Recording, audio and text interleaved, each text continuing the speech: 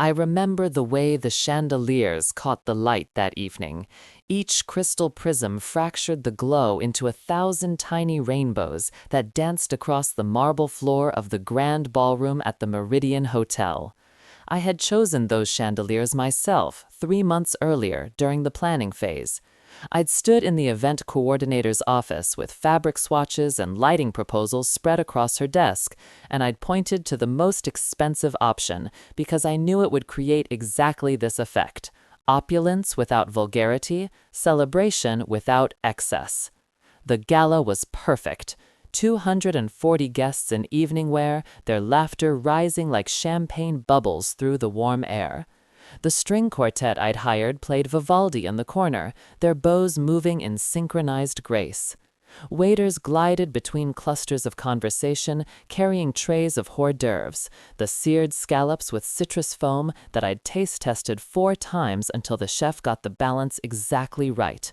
Everything gleamed, everything hummed with success. I stood near the bar, a glass of Veuve Clicquot in my hand that I hadn't actually sipped from in 20 minutes. I didn't need the alcohol. I was already intoxicated by accomplishment. This was my 8th year with Donovan and Klein Industries, my 3rd as Vice President of Strategic Operations, and my first time orchestrating an event of this magnitude, the company's 60th anniversary, the launch of our expansion into the European market, the culmination of 18 months of negotiations, proposals, and sleepless strategy sessions that had finally borne fruit. Marcus Chen from Acquisitions caught my eye from across the room and raised his glass in salute. I smiled back, feeling the warm flush of recognition spread through my chest. Earlier that evening, our CEO, Richard Donovan, had given a speech from the podium at the front of the ballroom. He'd talked about vision and legacy, about building something that would outlast us all. He'd mentioned the European expansion, my project, my vision, and while he hadn't said my name, everyone in that room knew who had made it happen. Everyone knew. My phone vibrated in my clutch. It was a small sensation, barely noticeable beneath the ambient noise of 240 people celebrating, but I felt it. Some instinct made me excuse myself from a conversation with Helena from compliance and step toward the hallway where the restrooms were located, where the noise dimmed to a manageable murmur and the air conditioning blew cold against my bare shoulders. I opened my clutch. The phone screen glowed in the dimness. One new message. From Richard Donovan. My heart did something strange, a little skip, half pride and half anxiety.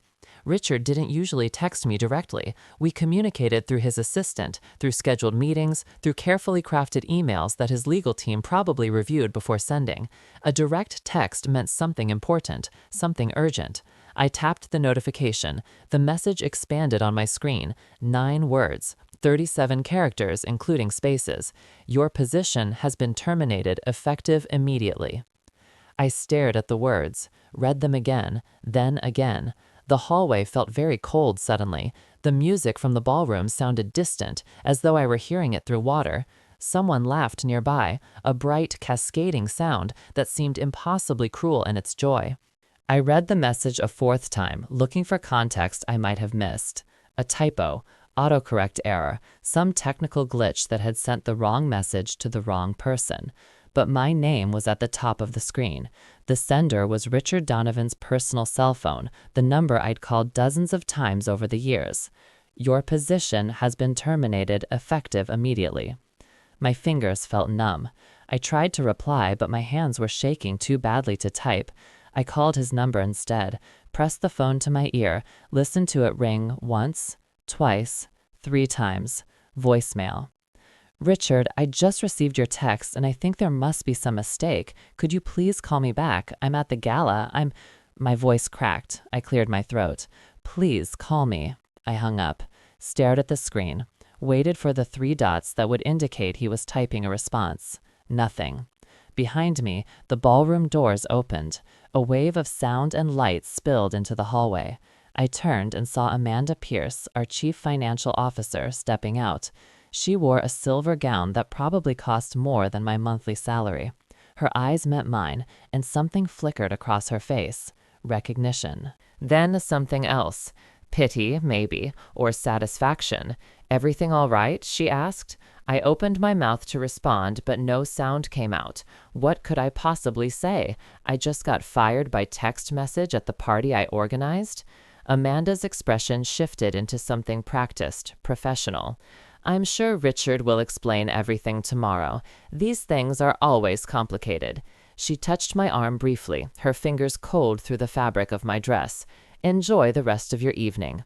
She walked past me toward the restrooms, her heels clicking against the marble. These things. She knew. They all knew.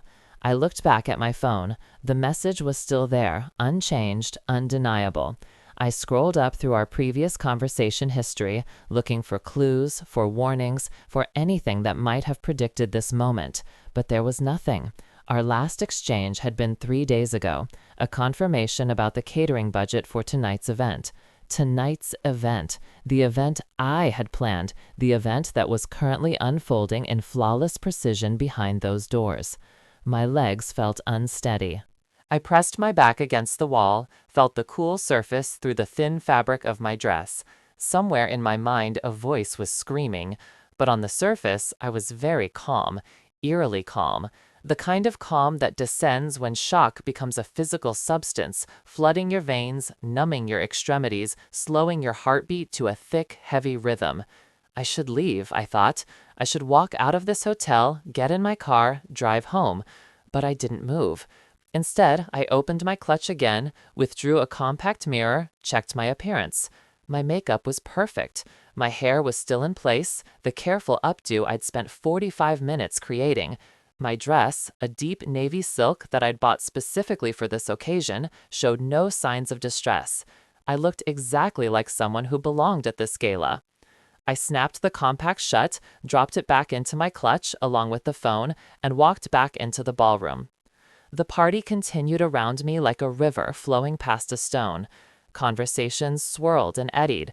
Someone clinked a fork against a glass, calling for attention. More toasts, more laughter. I moved through it all with a smile fixed on my face, accepting congratulations from colleagues who had no idea they were speaking to a ghost. "Tremendous job tonight," said Gerald from marketing. "The European expansion is going to be legendary," said Priya from legal. "You should be so proud," said someone whose name I'd forgotten. I nodded, smiled, said thank you. My lips moved, my face performed all the correct expressions, but inside I was calculating, trying to understand, going back through months of interactions, searching for the moment when I'd become expendable. Had I said something wrong in a meeting, made an error in a report, offended someone important? Or was it simply that I'd outlived my usefulness? The European expansion was complete. The contracts were signed. Perhaps I was just another line item to be eliminated now that the difficult work was done. I found myself near the bar again. The bartender, a young man with kind eyes and perfect posture, asked what I'd like. "Water," I said. "Just water." He poured it into a crystal glass, added a slice of lemon. I thanked him and took a sip, letting the cold liquid ground me.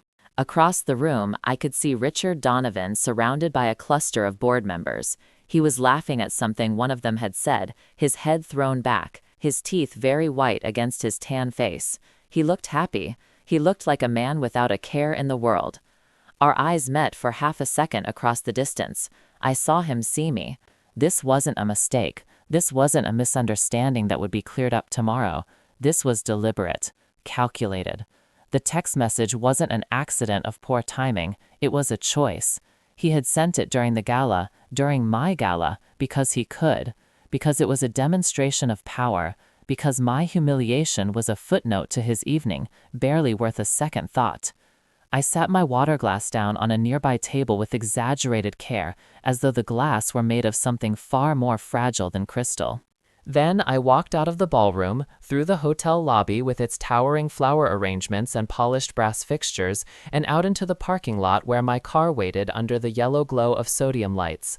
The night air was cool. Spring in the city always smelled like car exhaust and distant flowers, and tonight was no exception. I unlocked my car, slid into the driver's seat, and sat there in the darkness with my hands on the steering wheel. I didn't cry. I wanted to. I could feel the tears building behind my eyes, the pressure mounting, but they wouldn't fall. Instead, I felt something else rising in their place, something cold and sharp and perfectly clear. I started the car and drove home. My apartment was exactly as I left it 6 hours earlier, orderly, minimal, expensive. I bought it 3 years ago after my promotion to VP, a 2-bedroom corner unit on the 14th floor with floor-to-ceiling windows overlooking the city. I'd been so proud of that apartment. It represented everything I'd worked for: security, status, success. I walked through the front door, set my clutch on the entry table, and stood in the dark living room looking out at the lights of the city. Somewhere out there, the gala was still happening.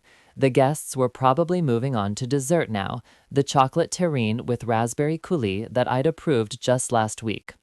I took out my phone. The message was still there, glowing in the darkness. Your position has been terminated, effective immediately.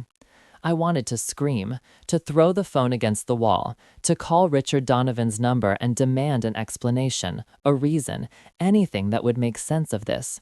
But instead, I sat down on my couch and began to think. There were procedures for this: employment law, severance packages, exit interviews. You don't just text an executive that they're fired. There are meetings, paperwork, HR involvement. The fact that Richard had chosen to handle it this way meant something. It meant he was either incredibly foolish, and Richard Donovan hadn't built a 60-year-old company by being foolish, or he was confident that he could, which meant he had leverage, or thought he did. I opened my laptop and logged into my work email, half expecting my access to be revoked, but no, everything worked. My inbox was full of unread messages, including several congratulatory notes about the gala. I scanned through them quickly, then opened my cloud storage. All my project files were still accessible. 8 years of work, presentations, spreadsheets, contracts, correspondence. I began to download everything. All of it. Every file I could access. I didn't know what I was looking for yet, but some instinct told me to preserve the evidence, to document, to protect myself. The downloads took an hour. While they ran, I changed out of my dress and into sweatpants and a t-shirt. I washed my face, scrubbing away the makeup until my skin felt raw. I made tea that I didn't drink and stood by the window watching the city lights blur and sharpen. When the downloads finished, I began to read. I started with the European expansion files, since that had been my primary focus for the past 18 months. I reviewed every contract, every email chain, every meeting note, looking for discrepancies, for anything that might explain why I'd been so abruptly removed. At 3 a.m, I found the first irregularity. It was small, easy to miss. A contract writer for one of our European partners, a manufacturing firm in Prague, that included a clause about payment processing. The clause specified that all payments would be routed through a secondary account for tax optimization purposes. The account number was listed. I stared at that number. Something about it felt wrong. I opened another file, found another contract, another manufacturing partner, this one in Lyon. Same clause, same account number. Then another, and another. 6 contracts, 6 separate European partners, all routing payments through the same secondary account. I pulled up our corporate banking records, searched for the account number. It didn't exist in our official ledgers. My heart rate increased. I made more tea, this time actually drinking it, and continued searching. I cross-referenced vendor payments against contract specifications. I checked payment authorizations against our standard approval processes. Nothing matched. The payments were being made. I could see them in our quarterly reports, listed as operational expenses for the European expansion. But the money wasn't going where it was supposed to. It was disappearing into that secondary account, and from there I couldn't trace it further with the access I had. I sat back from my laptop, feeling something cold settle in my stomach. This was fraud. Corporate fraud on a scale I couldn't yet fully comprehend. And my signature was on those contracts. I had signed them. I had negotiated them. I had approved the payment structures because Richard and Amanda had told me it was standard practice for international operations, that the tax optimization was legal and necessary. They had used me, and now they had fired me before I could discover what they'd done. I looked at my phone again. The text message seemed different now. Not cruel, strategic. They needed me gone before the audit started, before anyone asked questions, before I could realize that my name was all over documents that would eventually destroy careers. I was the fall guy. The realization didn't come with anger, not at first. It came with a strange, detached clarity. I had been selected for this role carefully. A loyal employee, competent but not suspicious, ambitious enough to take on the difficult project but not savvy enough to recognize the trap. Except they'd miscalculated. I was savvy enough. I just hadn't been looking, but now I was. The sun rose over the city while I worked. Pink and gold light spilled through my windows, casting long shadows across my living room floor. I didn't sleep. I drank coffee and took notes and followed the trail of irregularities as far as my access would allow. By 9 in the morning, I had documented 15 separate instances of financial misconduct related to the European expansion. 15 contracts with routing irregularities. 15 streams of money disappearing into accounts I couldn't trace. I also found something else, encrypted files in a folder I'd never noticed before, buried deep in the shared drive for the Strategic Operations Department. The folder was labeled Archive 2019-2024 and contained documents that were password protected. I tried my standard work passwords. None of them worked. I tried variations. Still nothing. I sat there staring at the encrypted files, knowing they contained something important, something worth hiding. My phone rang, startling me. I looked at the screen, expecting Richard or maybe HR. It was my mother. I let it go to voicemail. I couldn't talk to her, couldn't explain, not yet. By noon, I had a plan forming. Not revenge, not exactly. Something more precise than that. I needed access to those encrypted files. I needed to understand the full scope of what was happening, and I needed to protect myself from whatever was coming. I called Ethan Reeves, a colleague from my previous job, who'd gone on to work in digital forensics. We'd kept in touch over the years, occasional coffee meetings and birthday emails. I trusted him, as much as I trusted anyone. "Hey," I said when he answered, "I need your help with something." "Sure," he said, "what's up?" I explained the situation in broad strokes, the firing, the irregularities I'd found, the encrypted files. There was a long pause on the other end of the line.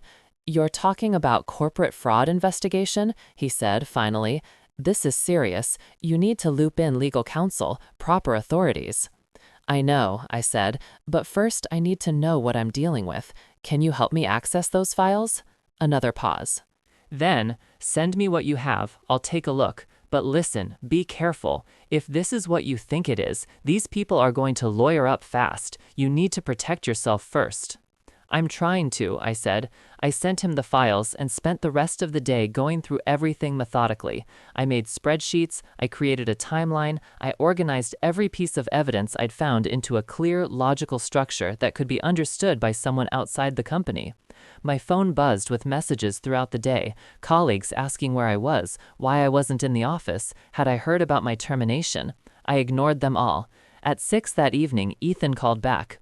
"I got into the encrypted folder," he said. His voice sounded tight, stressed. "You need to see this. I'm sending it now." The files came through. I opened them on my laptop. What I saw made my hands go cold. The encrypted folder contained the actual financial records for the European expansion, real numbers, real accounts, and they told a completely different story than the one presented to our board, to our investors, to our employees. The secondary account I'd discovered? It was an offshore holding company registered in the Cayman Islands. Over the past 18 months, $38 million had been funneled through it. Not tax optimization, not operational expenses, embezzlement. Richard Donovan, Amanda Pierce, and 3 board members whose names appeared again and again in the authorization chains had been systematically siphoning money from the European expansion project. They'd created fake vendors, inflated contracts, and routed the excess through that offshore account. And they'd put my name on the paperwork. Every contract had my signature, every approval had my authorization code. On paper, I was responsible for every fraudulent transaction. I sat very still, reading through document after document. The scheme was sophisticated, layered, designed to withstand casual scrutiny. But it had one fatal flaw. They'd kept records, probably for protection against each other, probably as insurance, and now I had those records. I called Ethan back. "Did you see it?" he asked. I saw it. What are you going to do? Good question. What was I going to do? I could go to the police, but corporate fraud investigations took years. And in the meantime, Richard and Amanda would have their lawyers paint me as the mastermind. They'd had 18 months to prepare that narrative. I could go to the board, but 3 of the board members were complicit. The others? How could I know who to trust? I could go public. The media loved a corporate scandal, but I'd be destroyed in the process. My career would be over before I could tell my side. Or I could be smarter than that. I'm going to do this right, I told Ethan. Legal, official, airtight. You need a lawyer, he said, a really good one. I need 3 lawyers, I said, employment law, corporate fraud, and whistleblower protection. I know someone, Ethan said. Give me an hour. While I waited, I organized the evidence into 3 categories: documents that proved the fraud, documents that proved my ignorance of it, and documents that proved the conspiracy to frame me. It was meticulous work, precise, methodical, the kind of work I'd always excelled at. By midnight, I had a complete case file, 247 pages of evidence, annotated and cross-referenced, a timeline showing the development of the fraud. Email chains that demonstrated I'd been deliberately kept out of key conversations, and the encrypted files showing the real financial picture. Ethan's lawyer contact called me at 1 in the morning. Her name was Rebecca Stern, a partner at a firm specializing in corporate malfeasance. She had a reputation for being ruthless and expensive. I didn't care about the cost. We spoke for 2 hours. I explained everything, sent her the files, waited while she reviewed them. This is extraordinary, she said finally. You're sitting on one of the largest corporate fraud cases I've seen in years. $38 million. Multiple conspirators, securities fraud, wire fraud, tax evasion. The SEC is going to be very interested in this. How do I protect myself? I asked. You already have, she said. The fact that you discovered this after your termination is perfect timing. It establishes that you weren't part of the conspiracy. The fact that you've documented everything so thoroughly makes you an ideal witness. I don't want to be a witness, I said. I want them to pay. They will, Rebecca said, but this has to be handled correctly. We go to the SEC first. Then the FBI, if there's evidence of wire fraud. We establish your whistleblower status, get you formal protection. Then we let the investigation unfold. How long? Years, probably. These cases are complex. But at the end, if everything holds up, she paused, they'll lose everything. The company will be fined, the executives will face criminal charges, and you'll be entitled to a whistleblower reward, typically 10 to 30% of the recovered funds. 10 to 30% of $38 million? The math was simple, but the money wasn't the point. It had never been about money. When do we start? I asked. Tomorrow, Rebecca said. Get some sleep, you're going to need it. I tried to sleep. I lay in my bed watching the ceiling, listening to the city sounds drift up from below. Car horns, distant sirens, the ambient hum of millions of people living their lives completely unaware that my world had shattered and reformed into something new. I wasn't the same person who'd stood in that hallway reading a text message. That woman had been naive, trusting, eager to please. This woman was something else. The next morning, I dressed carefully, business attire. Conservative. Professional. I looked at myself in the mirror and barely recognized the expression on my face. It was calm, determined, cold. Rebecca met me at her office at 9. She'd assembled a team. 2 associates, a forensic accountant, and a contact at the SEC who specialized in corporate fraud cases. We spent 6 hours going through every detail of my evidence, building the case piece by piece. This is solid, the forensic accountant said. He was a middle-aged man with wire-rimmed glasses and the excited energy of someone who just found something remarkable. The pattern is clear. The accounting is sloppy. They got arrogant. They thought they were untouchable. They thought I was stupid, I said. Rebecca looked up from the document she was reviewing. They made a mistake. The SEC meeting was scheduled for the following week. In the meantime, Rebecca filed for whistleblower protection on my behalf, establishing my legal status before Donovan and Klein could spin a different narrative. She also sent a carefully worded letter to Richard Donovan's legal team, informing them that I was represented by counsel and would not be communicating directly. The response came within hours, not from Richard, but from the company's general counsel, a formal letter offering me a severance package, 1 year's salary in exchange for a full release of claims and a non-disparagement agreement. "They're scared," Rebecca said when I showed her the letter. "They're trying to buy your silence." "Can we counter?" I asked. "We could, but I'd rather let them sweat." So we let them sweat. The days that followed had a strange, suspended quality. I didn't go to the office. I was technically terminated, though I hadn't signed any paperwork acknowledging it. I didn't reach out to colleagues. I stayed in my apartment, working with Rebecca's team, preparing for the SEC meeting. My phone rang constantly. Richard, Amanda, HR, the general counsel. I let every call go to voicemail. I had nothing to say to them. On the third day, someone leaked my termination to the press. It was a small item in the business section of the city paper. Donovan and Klein, VP, terminated amid restructuring. The article was 3 paragraphs long and mentioned me by name. I read it twice, then deleted the browser tab. On the 4th day, Amanda Pierce showed up at my apartment building. The doorman called up asking if I wanted to see her.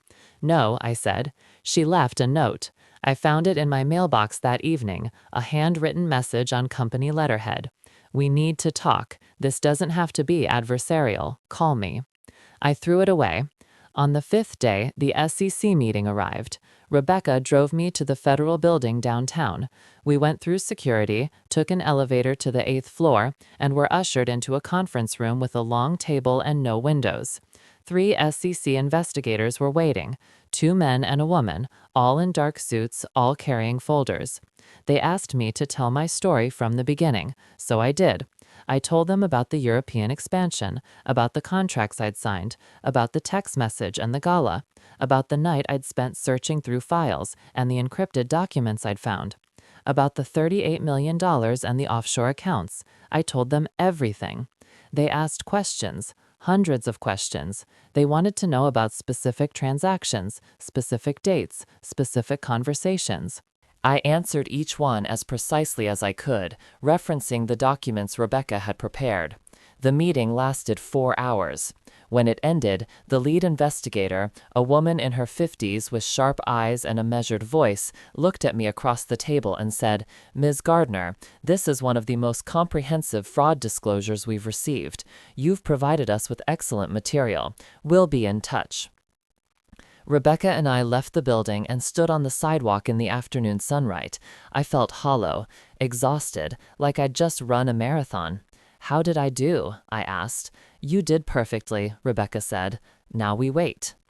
Waiting was harder than investigating. At least when I was searching through files, I had a purpose, a task. Now there was nothing to do but sit in my apartment and let the legal machinery grind forward at its own pace. The SEC opened a formal investigation within a week. I knew because Rebecca got the notification and because the press picked up on it. This time the articles were longer, more serious. Federal investigation launched into Donovan and Klein financial practices. Whistleblower allegations trigger SEC probe. My name wasn't mentioned. Whistleblower protection meant I could remain anonymous, at least officially, but everyone at Donovan and Klein knew. Everyone understood. My phone stopped ringing. Instead, I started getting emails, not from Richard or Amanda. They'd been advised by counsel to cease contact, but from former colleagues. Some were supportive. "I always knew something was wrong. Thank you for coming forward." Others were hostile. "You've destroyed the company. I hope you're proud." I didn't respond to any of them. The FBI got involved in week 3. Wire fraud charges were being considered. That's when I knew this had escalated beyond a simple civil investigation. This was criminal. Rebecca scheduled another meeting, this time with federal prosecutors. It was similar to the SEC meeting, but more intense. The prosecutors wanted every detail. They wanted to build an airtight case. "We're going after all of them," one of the prosecutors told me. "Donovan, Pierce, and the board members. If we can prove they knowingly defrauded investors and laundered the proceeds, we're looking at RICO charges. RICO, racketeering charges, the kind of charges you brought against organized crime. Will I have to testify? I asked. Almost certainly, at grand jury proceedings and possibly at trial. Are you prepared for that? I thought about it, thought about standing in a courtroom, facing Richard Donovan, telling the world what he'd done. Yes, I said, I'm prepared. The indictments came down in June, 3 months after the gala, 3 months after that text message. Richard Donovan, securities fraud, wire fraud, money laundering, conspiracy. Amanda Pierce, same charges. 3 board members, same charges. The press coverage was massive. It led the evening news. Financial networks sent reporters to stand outside the federal courthouse. The story had everything: corporate greed, betrayal, a whistleblower bringing down the powerful. I watched it all from my apartment. I still hadn't shown my face publicly. Rebecca advised against it. Let them focus on the criminals, she said. Your time will come.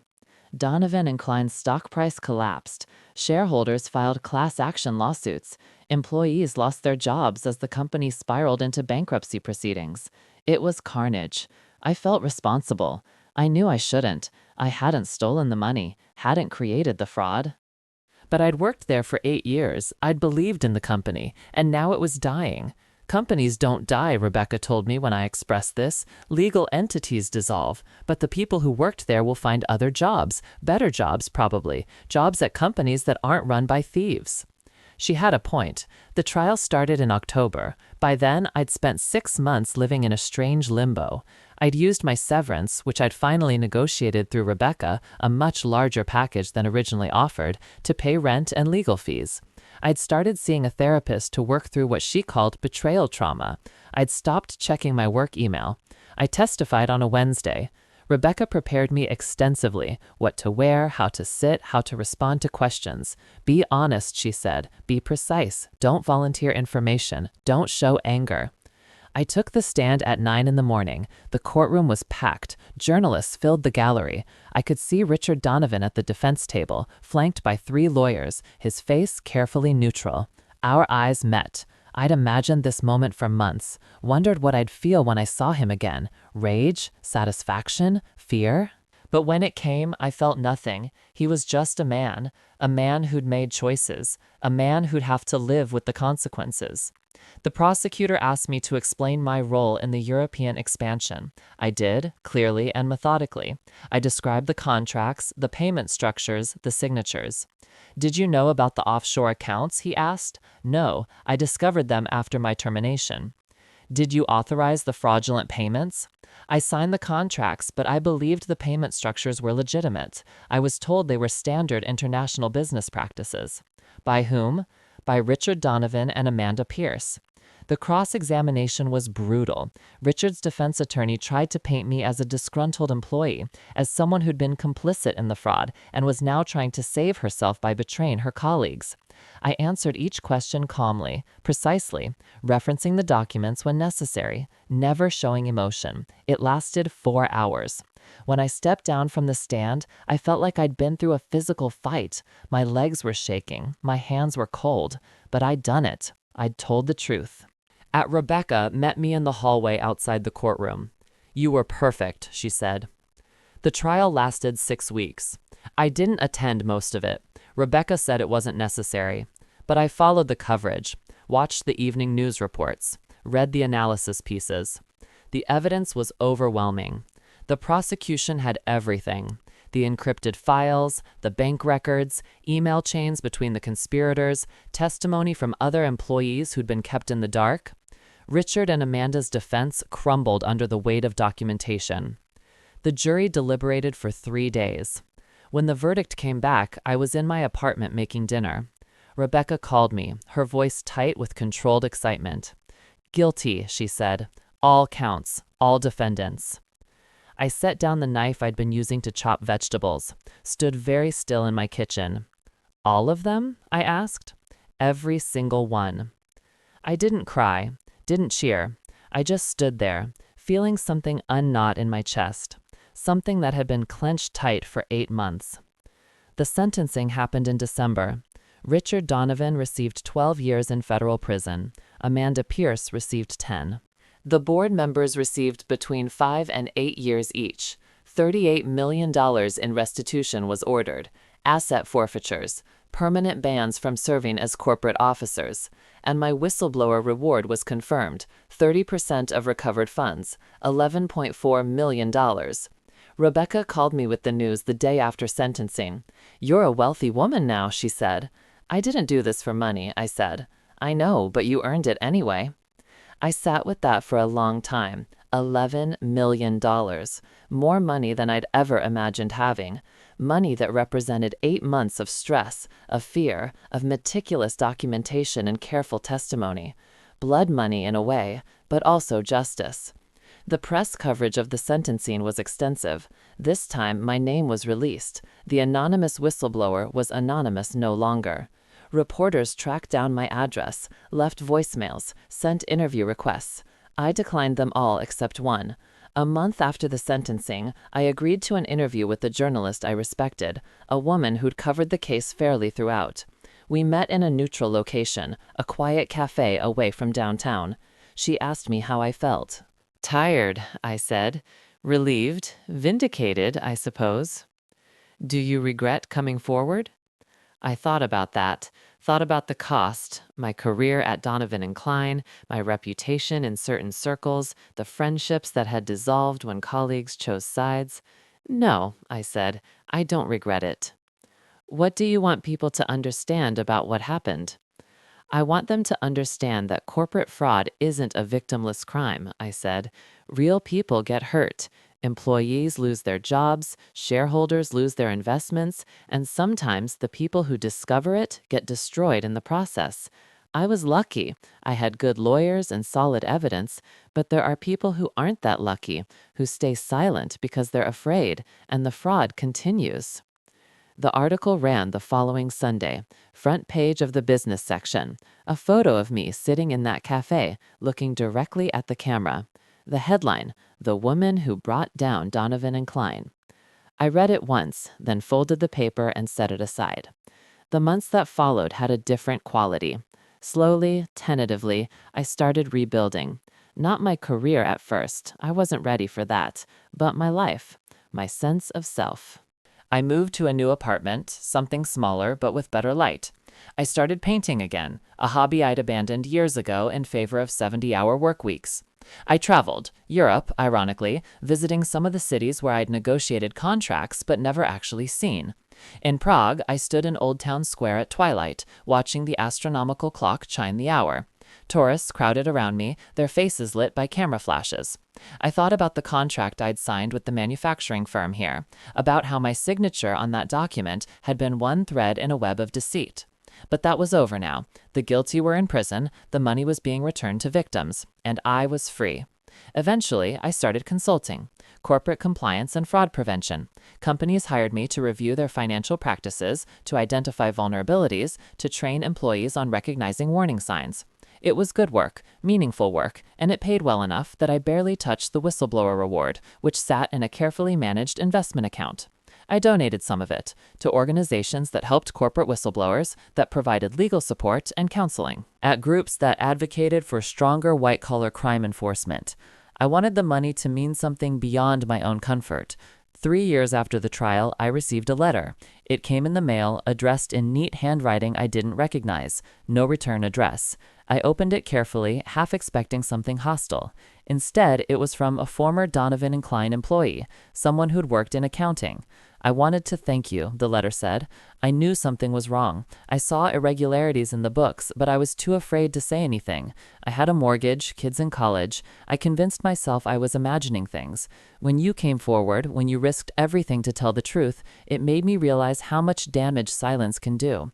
I've since changed careers. I work for a nonprofit now, helping investigate financial crimes. I make less money, but I sleep better at night. Thank you for showing me that courage is possible." I read that letter 3 times. Then I folded it carefully and put it in a drawer where I kept things that mattered. That's when I understood something important. The story wasn't really about revenge. It had never been about revenge, though it might have felt that way in those early weeks when anger was the only thing keeping me focused. It was about truth, about the choice to speak when silence would have been easier, about the decision to document rather than destroy, about the slow, patient work of building a case so airtight that even the most expensive lawyers couldn't dismantle it. Richard Donovan had tried to erase me with a text message, a casual act of dismissal from someone who believed himself untouchable, but I hadn't been erased. I'd become evidence. 4 years after the gala, I was invited to speak at a conference on corporate ethics. The organizers wanted me to tell my story, to explain the process of becoming a whistleblower, to offer guidance to others who might find themselves in similar situations. I almost declined. I'd largely stayed out of the public eye since that one interview. I wasn't interested in becoming a professional victim, someone whose identity was forever defined by what had been done to her. But then I thought about that letter from the accountant. About the people who might be sitting in offices right now, seeing things that didn't add up, wondering whether they had the courage to speak. I accepted the invitation. The conference was in San Francisco, held in a hotel ballroom that reminded me uncomfortably of that night at the Meridian. Same chandeliers, same plush carpet, same sense of expensive elegance. But this time I walked onto the stage on my own terms. I stood at the podium and looked out at the audience, 300 people, maybe more. Compliance officers and corporate attorneys and business students, people who worked in the machinery of corporate America and wanted to understand how to make it better. I told them my story. Not all of it. Some parts were still too raw, too personal. But I told them about the discovery, about the fear, about the decision to come forward despite not knowing how it would end. The system isn't perfect, I said near the end of my talk. Whistleblowers still face retaliation. Cases still take years, and sometimes the guilty still walk free. But silence guarantees that nothing changes. Speaking up, documenting, bringing evidence to light, that's how we make fraud harder and consequences more certain. Someone in the audience raised their hand during the Q&A, a young woman, probably in her 20s. "Did you ever regret it?" she asked, "even for a moment?" I thought about that, about the nights I couldn't sleep, about the anxiety attacks in the first months, about the friendships that ended and the reputation I had to rebuild. Yes, I said honestly, there were moments when I wished I'd just taken the severance and moved on, when I wished I'd never looked at those files, never discovered what they'd done. But those moments passed, and what remained was the certainty that I'd done the right thing. Not the easy thing, not the comfortable thing, but the right thing, and I can live with that. The applause was warm, but I barely heard it. I was thinking about that night, standing in the hallway of the Meridian Hotel with my phone glowing in my hand, the moment everything changed. If I could go back and speak to that version of myself, what would I say? That it would hurt, that it would take everything you have. That you'll lose things you thought were permanent and gain things you never expected. That 3 years from now, you'll stand outside a courthouse on a clear December morning and watch Richard Donovan be led away in handcuffs, and you'll feel something complicated and unsatisfying and absolutely necessary. That justice is slower than anger, but more durable. That you're stronger than you know. After the conference, I took a cab to the waterfront. It was late afternoon, the sun hanging low over the bay. I sat on a bench and watched the water, thinking about trajectories and choices and the strange mathematics of consequence. My phone buzzed, a text message. For a split second, muscle memory made my stomach clench. But it was just my therapist, confirming our next appointment. I smiled at that, at how a simple vibration could still trigger old responses. But they were getting weaker, the associations fading. I was healing. I looked at the phone in my hand, this device that had once been the instrument of my humiliation, that had carried 9 words that shattered my world, and then had become my tool, my weapon, my witness. Every piece of evidence I'd gathered had started here, in this glowing screen. Every document I'd reviewed, every email I'd forwarded to Rebecca, every time I'd said no to intimidation and yes to truth. This phone had been with me through everything. I thought about Richard Donovan, sitting in a federal prison somewhere, his empire reduced to nothing, his reputation destroyed, his freedom gone. I'd done that, not with violence or sabotage or revenge in any conventional sense, but with patience, with documentation, with the simple act of refusing to be silent about what I'd seen. He'd thought he could dispose of me casually, a text message at a party, a footnote to his evening. He'd been wrong. I opened my messages and scrolled back through the history, all the way back to that night. The text was still there, unchanged. Your position has been terminated, effective immediately. I read it one last time. Then I did something I'd been thinking about for months. I deleted it. Not out of anger, not out of pain, but because I didn't need it anymore. I'd transcribed it into legal documents, it existed in court records and trial transcripts, it was part of the official history now. But it didn't need to live in my phone. I didn't need to carry it with me anymore. The deletion felt like releasing a breath I'd been holding for 4 years. I stood up from the bench, slipped the phone into my pocket, and started walking along the waterfront. The evening was beautiful. The air smelled like salt and possibility. Somewhere behind me, a street musician was playing guitar, the notes drifting across the water. I thought about the future, about what I wanted to build now that the destruction was complete. Maybe I'd write a book. Not a tell-all or a memoir exactly, but something practical. A guide for people who find themselves in impossible positions, who discover terrible truths, who need to know that speaking up is survivable. Maybe I'd start a foundation, use that whistleblower money to fund legal defense for others, create a network of support for people going through what I'd gone through. Or maybe I'd just live, paint, travel, find work that felt meaningful, date again eventually. Let myself be something other than a whistleblower, a victim, a cautionary tale. All of those futures felt possible. I walked for an hour, following the waterfront path until the city lights started to blink on around me. When I finally stopped, I found myself standing near the federal courthouse. Not the same building where Richard had been tried, that was in another state, but similar. Same imposing architecture, same promise of justice, however imperfect. I stood there for a while, watching people come and go, lawyers with briefcases, defendants looking nervous, families waiting for outcomes, the machinery of law, grinding forward one case at a time. My case was closed now, the trials were over, the sentences handed down, the money being returned. There was nothing more for me to do except move forward, and I would. But first, I wanted to acknowledge the weight of what had happened, the enormity of the journey from that night at the Gala to this moment on a San Francisco sidewalk. I'd been fired by text message, humiliated, framed, marked for destruction, and I'd survived it. More than survived, I'd transformed it, turned humiliation into investigation, turned anger into evidence, turned a single moment of cruelty into years of consequences for those who'd earned them. That was worth remembering. I took out my phone one more time, opened the camera, took a photo of the courthouse steps, the evening light making the stone glow gold. I didn't post it anywhere, didn't send it to anyone, just saved it in my photos. A marker, a memorial to a battle fought and won. Then I hailed a cab and went to dinner. The restaurant was small, tucked into a neighborhood I didn't know. I ate alone at the bar, chatting occasionally with the bartender, a woman with kind eyes who recommended the halibut. It was good. Everything was good. When I paid the check, I left a generous tip and walked out into the night. The air had cooled. The city was alive with voices and light and movement. I felt, for the first time in years, uncomplicated happiness.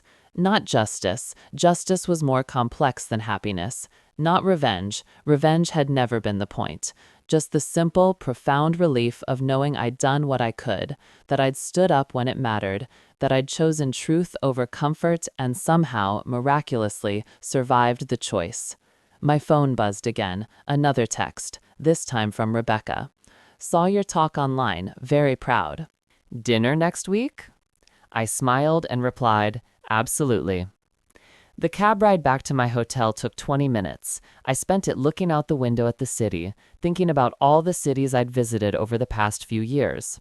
All the places I'd gone to escape, to heal, to remember who I was beneath the trauma. In Prague, I'd visited the Charles Bridge at dawn and watched the sun turn the Vltava River to gold.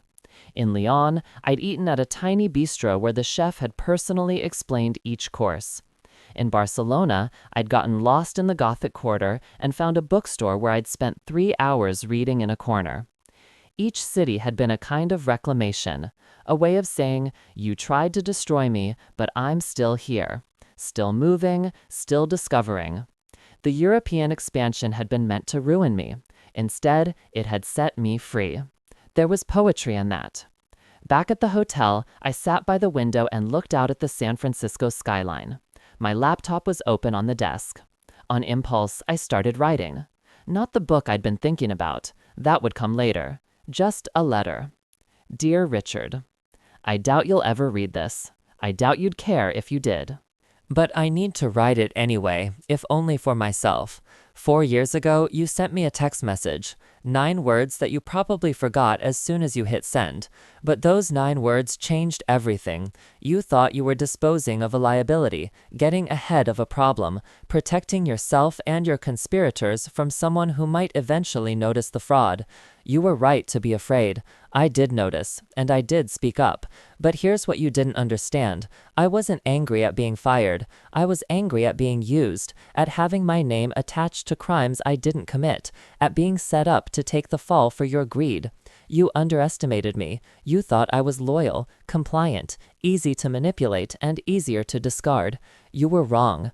I've spent 4 years watching you lose everything, your company, your reputation, your freedom, and I'd be lying if I said there wasn't satisfaction in that. But mostly, I just feel tired. Tired of carrying this story. Tired of being defined by what you did to me. Tired of anger, even righteous anger. So I'm letting it go. Not forgiving you, you don't deserve forgiveness, but releasing the weight of what happened. Choosing to remember the good things, the people who helped me, the truth that came to light, the changes that resulted from one person refusing to stay silent. You ended my career with a text message. I ended your empire with the truth. And now we're both living with the consequences of our choices. I hope, somewhere in those 12 years, you find something resembling understanding. Not of what you did, I don't think you're capable of that level of self-awareness, but of what it cost, the real human cost of treating people as expendable.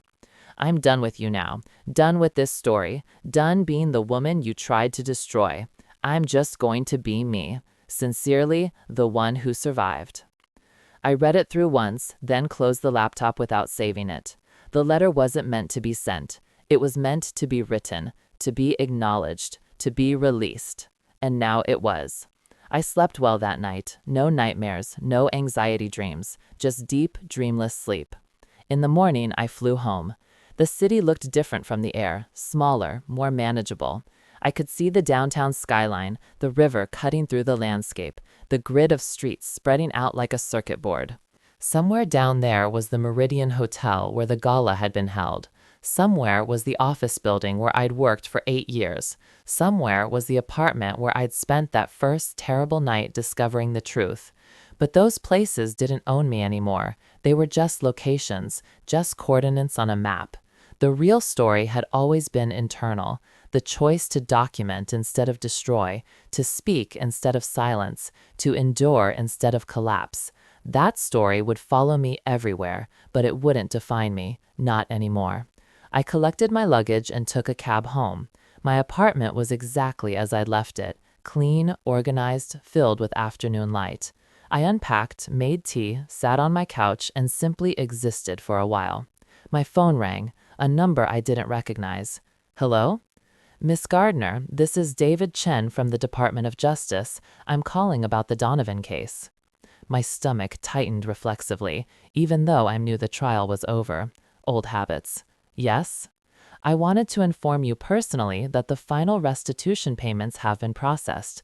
All $38 million has been recovered and distributed to victims. Your role in this case resulted in complete financial recovery, which is extremely rare. The department wanted to thank you officially. Thank you, I said, though the words felt inadequate. There's one more thing, he continued. Richard Donovan's appeal was denied this morning. The conviction stands. All sentences are final. I sat very still, processing that. Final. It was really over. "Thank you for letting me know," I said. "No," he replied. "Thank you. What you did took tremendous courage. You should be proud." After we hung up, I sat on my couch for a long time, holding my phone, feeling the weight of finality settle over me. The appeal had been denied. Richard Donovan would serve his full sentence. Amanda Pierce, too. All of them. Justice delivered in full. I thought I'd feel triumphant, vindicated, satisfied. Instead, I just felt quiet. The chapter was closed. The book was finished. Now came the part where I figured out what to do with the rest of my life. That evening, I met some friends for dinner. Not colleagues from Donovan and Klein. Those relationships had mostly dissolved, casualties of the investigation. These were new friends. People I'd met through my consulting work, through conferences, through the simple act of showing up and being present in the world. We ate at a restaurant with exposed brick and good wine. The conversation flowed easily. Politics, books, someone's terrible dating app experience. Normal things. Beautiful, ordinary things. No one mentioned the trial. No one asked about Richard Donovan. They knew the story, of course. Everyone did. But they also knew I was more than that story. I was grateful for that. Walking home after dinner, I took a detour through the financial district, past the building where Donovan and Klein had been headquartered. It was occupied by a different company now. The sign changed, the lobby remodeled. No trace remained of the company that had once seemed invincible. Everything ends, I thought, even empires built on fraud. I kept walking. At home, I made tea and sat by the window. The city lights spread out below me, each one representing a life I'd never know, stories I'd never hear, struggles and triumphs happening in parallel to my own. My phone sat on the table beside me, dark and quiet. I picked it up, opened a new message. "I'm going to be okay." Then I deleted it and set the phone aside. I didn't need to send that message because I already knew it was true, had known it for a while actually, maybe since that morning at the waterfront, or maybe even earlier. The knowledge had crept in slowly, day by day, as I'd rebuilt my life from the rubble of what Richard had tried to destroy. I was okay, better than okay. I was free. The woman who'd stood in that hallway reading a text message 4 years ago had been desperate for approval, desperate to succeed in a system that was fundamentally corrupt, desperate to be valued by people who saw her as disposable. That woman was gone. In her place was someone harder, wiser, less trusting but more resilient, someone who knew what she was capable of when pushed to the edge. Someone who'd looked into the face of institutional power and said, "No, this is wrong, and I'm going to prove it." That was worth something. That was worth everything. I finished my tea and went to bed. In the morning, I woke up to sunlight and silence, made coffee, checked my email, a few consulting inquiries. An invitation to speak at another conference. A message from Rebecca about meeting for lunch. Normal life. Beautiful, ordinary, normal life. I spent the day working on a fraud prevention presentation for a client. It was technical work, detail-oriented, exactly the kind of thing I was good at. I lost myself in it for hours, emerging only when my stomach reminded me I'd forgotten lunch. Around 4 in the afternoon, my phone buzzed with a news alert. Former Donovan and Klein CEO denied appeal, sentence upheld. The article included a photo of Richard from his trial. He looked older in it, diminished. No longer the commanding presence who'd stood at a podium talking about legacy and vision. Just a man who'd made terrible choices and would spend 12 years paying for them. I read the article once, then archived it, filed it away in the mental folder labeled Finished Business. Because it was finished. The legal proceedings were complete. The money had been recovered. The guilty were in prison. The story had been told in courtrooms and newspapers and, eventually, probably, in business school case studies. My part was done. What remained was the rest of my life. And that, I was discovering, was the best revenge of all. Not the legal victory, though that mattered. Not the whistleblower reward, though I'd put it to good use. But simply continuing. building, growing, refusing to let his cruelty define my trajectory. He'd tried to end me with 9 words. I'd responded with 247 pages of evidence and 4 years of patient, meticulous truth-telling. And when all was said and done, I was still standing, still working, still contributing to the world in meaningful ways, while he sat in a cell watching his empire crumble in retrospect. That evening, I went for a run through the city, past the office buildings and restaurants, past the park where families were having picnics, past the courthouse and the financial district, and all the places that had once felt charged with meaning. They were just buildings now, just streets. The meaning was in what I'd chosen to do, the stand I'd taken, the truth I'd refused to bury. When I got home, sweaty and exhausted, I stood in my kitchen drinking water and looking at my phone where it sat on the counter. 4 years ago, that device had delivered a message meant to destroy me. Instead, it had become the tool of my survival, the instrument of justice, the witness to everything that followed. I picked it up, held it in my hand, felt its familiar weight. Then I opened my notes app and typed one final entry. Today, Richard Donovan's appeal was denied. His conviction stands. My part in this story is complete. What I learned: truth is slower than anger, but more durable. Documentation is more powerful than rage. And sometimes, the best revenge is simply refusing to be destroyed by someone else's cruelty. I survived, I spoke, I won. And now I'm moving forward into whatever comes next, with gratitude, with clarity, with peace. I saved it, dated it, closed the app, and then I did what I'd been learning to do for 4 years. I let go. Let go of the anger that had sustained me through those early months. Let go of the satisfaction I'd felt watching the guilty fall. Let go of the identity I'd constructed around being a whistleblower, a victim, a survivor. I was just myself now, just a person who'd been through something terrible and come out the other side. Just a woman standing in her kitchen on a random Tuesday evening, making dinner and planning tomorrow, and thinking about nothing more dramatic than whether to watch a movie or read a book. It was glorious, the ordinariness of it, the peace. I made pasta, poured wine, sat on my couch, and watched the sun set over the city. My phone stayed on the counter, dark and silent. No urgent messages, no crisis, no betrayal waiting to unfold. Just quiet. And in that quiet, I understood something final and complete. Richard Donovan had given me a gift, though he'd never intended it. By firing me, by framing me, by underestimating me so completely, he'd freed me to discover what I was actually capable of. Before that text message, I'd been loyal, compliant, eager to please. I'd have stayed at Donovan and Klein forever, working late nights and missing weekends, slowly sacrificing my life to a company that saw me as expendable. The text message shattered that illusion, and in the shattered pieces, I'd found something stronger. Not rage, though there'd been rage. Not revenge, though there'd been satisfaction in seeing justice served, but clarity. The absolute, crystalline clarity of knowing I'd done the right thing, that I'd stood up when it cost me everything, that I'd chosen truth over comfort, and somehow, miraculously, survived the choice. That clarity would stay with me forever. It was the real victory, the lasting one, not the prison sentences or the recovered money or the whistleblower reward, but the knowledge that when tested, I hadn't broken. I'd documented, I'd spoken, I'd endured, and I'd won. I finished my wine and stood up, walked to the window, looked out at the city lights spreading in all directions, each one a life continuing in its own particular way. My life was one of those lights now, not brighter than the others, not more important, just one more story in an infinite collection of stories, and that was enough, more than enough.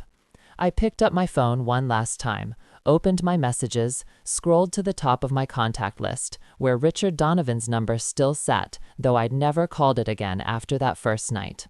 I held my thumb over his name, ready to delete the contact entirely. Then I stopped. No, I'd keep it. Not as a reminder of pain, not as a grudge or a trophy or evidence of victory. but as a simple fact, a record that this person had existed in my life, had changed it fundamentally, and that I'd survived the change and become something better because of it. He ended my career with a single text. I ended his empire with a single truth, and now we were both living with what came after. I set the phone down and went to bed. In the morning, I woke up to a new day, sunlight streaming through my windows, the city humming with possibility outside. I made coffee, checked my calendar, had meetings scheduled, work to do, a lunch date with Rebecca. Normal things, beautiful things, the architecture of a life rebuilt. I dressed carefully, not for armor, not for protection, but simply because I liked the way the clothes looked. Before leaving the apartment, I paused at the mirror by the door. The woman looking back at me had been through fire. You could see it in her eyes if you looked closely, a depth that came from surviving something meant to destroy her. But she was smiling, not the fixed professional smile of someone performing happiness, but a real smile, quiet, genuine, earned. I grabbed my bag and walked out the door into the rest of my life. The elevator descended. The lobby was bright with morning light. Outside, the city waited. And I was ready for it, not as a victim, not as a cautionary tale, not even as a whistleblower, just as myself, someone who'd been knocked down and gotten back up, who'd been framed and cleared her name, who'd been humiliated and transformed it into justice, someone who knew with absolute certainty that she could survive anything, because she already had. He ended my career with a single text. I ended his empire with a single truth.